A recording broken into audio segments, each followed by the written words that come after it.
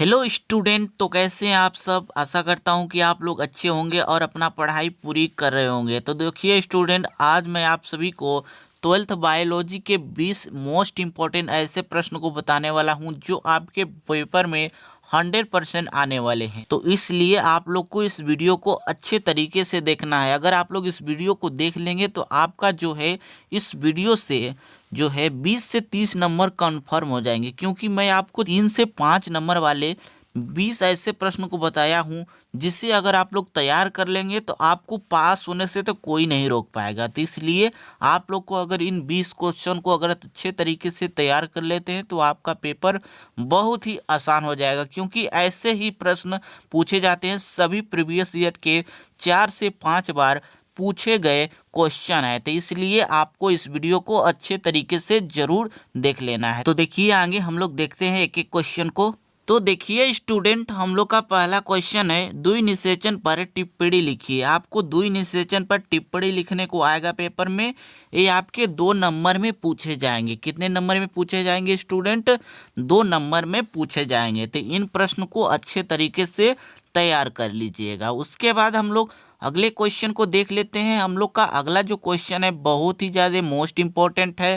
तो यहाँ पर देख लीजिए कि परागण को परिभाषित कीजिए और पुष्प पादपों में विभिन्न प्रकार के परागकण का संक्षिप्त में वर्णन कीजिए। क्या क्वेश्चन है कि परागण को परिभाषित कीजिए और पुष्प पादपों में विभिन्न प्रकार के परागकण का संक्षिप्त में वर्णन कीजिए। ये आपके 5 नंबर के प्रश्न हैं। 5 नंबर में आपके 2023 के बोर्ड एग्जाम में पूछा गया था। तो इसीलिए मैं बोला कि इसमें आपको 2 से 5 नंबर वाले सभी प्रश्न देखने को मिलेंगे जो आपके प्रीवियस ईयर के सबसे ज़्यादा बार पूछे गए हैं। तो इसलिए आपको इस वीडियो को अच्छे तरीके से देखना है। जो जो प्रश्न मैं बताऊंगा सभी प्रश्न को अच्छे तरीके से तैयार कर लीजिएगा। तो उसके बाद हम लोग का अगला जो प्रश्न है, यहाँ पर ध्यान से देख लीजिए कि असंग जनन पर संक्षिप्त टिप्पणी लिखिए। ये आपके 3 नंबर में प्रश्न पूछा गया था 2022 और 23 के बोर्ड एग्जाम में। असंग जनन पर संक्षिप्त टिप्पणी लिखने को आएगा।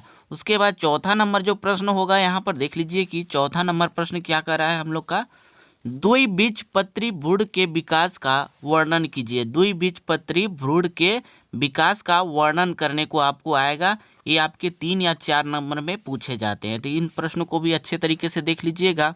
उसके बाद आपका चौथा नंबर हो गया। तो 5वां नंबर क्वेश्चन देख लीजिए कि मनुष्य के नर जनन तंत्र का वर्णन कीजिए। ये भी आपके मोस्ट इम्पोर्टेंट है। ये आपके इम्पोर्टेंट में लगा लीजिएगा। क्या क्वेश्चन है कि मनुष्य के नर जनन तंत्र का वर्णन करने को आता है। उसके बाद 6वां जो क्वेश्चन है हम लोग का, यहाँ पर देख लीजिए कि 6वां क्वेश्चन 5 नंबर वाले क्वेश्चन है। क्या क्वेश्चन है कि मानव मादा जनन तंत्र का नामांकित चित्र का वर्णन कीजिए। मानव मादा जनन तंत्र का नामांकित चित्र बनाकर वर्णन कीजिए। ये भी आपके 5 नंबर में प्रश्न पूछे जाते हैं। तो उसके बाद 7वें नंबर क्वेश्चन को देख लेते हैं। हम लोग का 7वां नंबर क्वेश्चन क्या कर रहा है कि शुक्र जनन क्या है, संक्षिप्त में शुक्र जनन की प्रक्रिया का वर्णन कीजिए। क्या कर रहा है कि शुक्र जनन क्या है और संक्षिप्त में शुक्र जनन की प्रक्रिया का वर्णन करें। तो ये आपके 5 नंबर में ये भी प्रश्न पूछे जाते हैं। उसके बाद यहाँ पर 8वां नंबर पे जो प्रश्न है,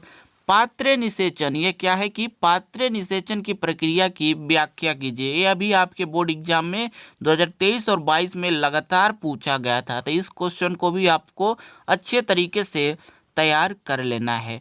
उसके बाद यहाँ पर 9वें नंबर क्वेश्चन को देखा जाए तो 9वें नंबर क्वेश्चन है, जनसंख्या विस्फोट एवं जन्म नियंत्रण पर निबंध लिखने को आएगा। जनसंख्या विस्फोट एवं जन्म नियंत्रण पर निबंध लिखने को आता है बोर्ड एग्जाम में। तो इस पर भी आप लोग जरूर तैयार कर लीजिएगा।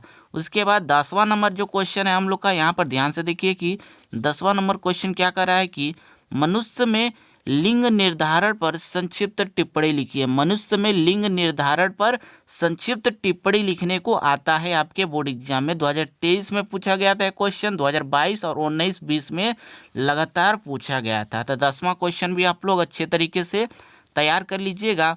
उसके बाद यहाँ पर 11 नंबर क्वेश्चन क्या कर रहा है कि डाउन सिंड्रोम पर टिप्पणी लिखने को आते हैं पेपर में। किससे पर आते हैं? डाउन सिंड्रोम पर आपको टिप्पणी जरूर तैयार करना है, क्योंकि इस पर आपके 100% आपके पेपर में टिप्पणियाँ पूछे जाते हैं। उसके बाद यहाँ पर देख लीजिए 12 नंबर क्वेश्चन क्या कर रहा है कि मेंडल के प्रभाविता नियम एवं पृथक्करण के नियम की व्याख्या कीजिए। मेंडल के प्रभाविता नियम एवं पृथक्करण के नियम की जो है व्याख्या करने को आते हैं। ये भी आपके इम्पोर्टेंट क्वेश्चन है, आपके 5 नंबर में पूछे गए थे। उसके बाद 13 नंबर क्वेश्चन देखा जाए तो 13 नंबर क्वेश्चन है हम लोग का, यहाँ पर ध्यान से देख लीजिए कि मेंडल के स्वतंत्र अपव्यय नियम की वर्णन कीजिए। मेंडल के स्वतंत्र अपव्यय नियम की वर्णन करने को आपको पेपर में पूछे जाते हैं। इसे भी आप लोग अच्छे तरीके से तैयार कर लीजिएगा। 13 नंबर क्वेश्चन क्या है? मेंडल के स्वतंत्र अपव्यय नियम का वर्णन कीजिए। तो इसको भी अच्छे तरीके से तैयार कर लीजिएगा।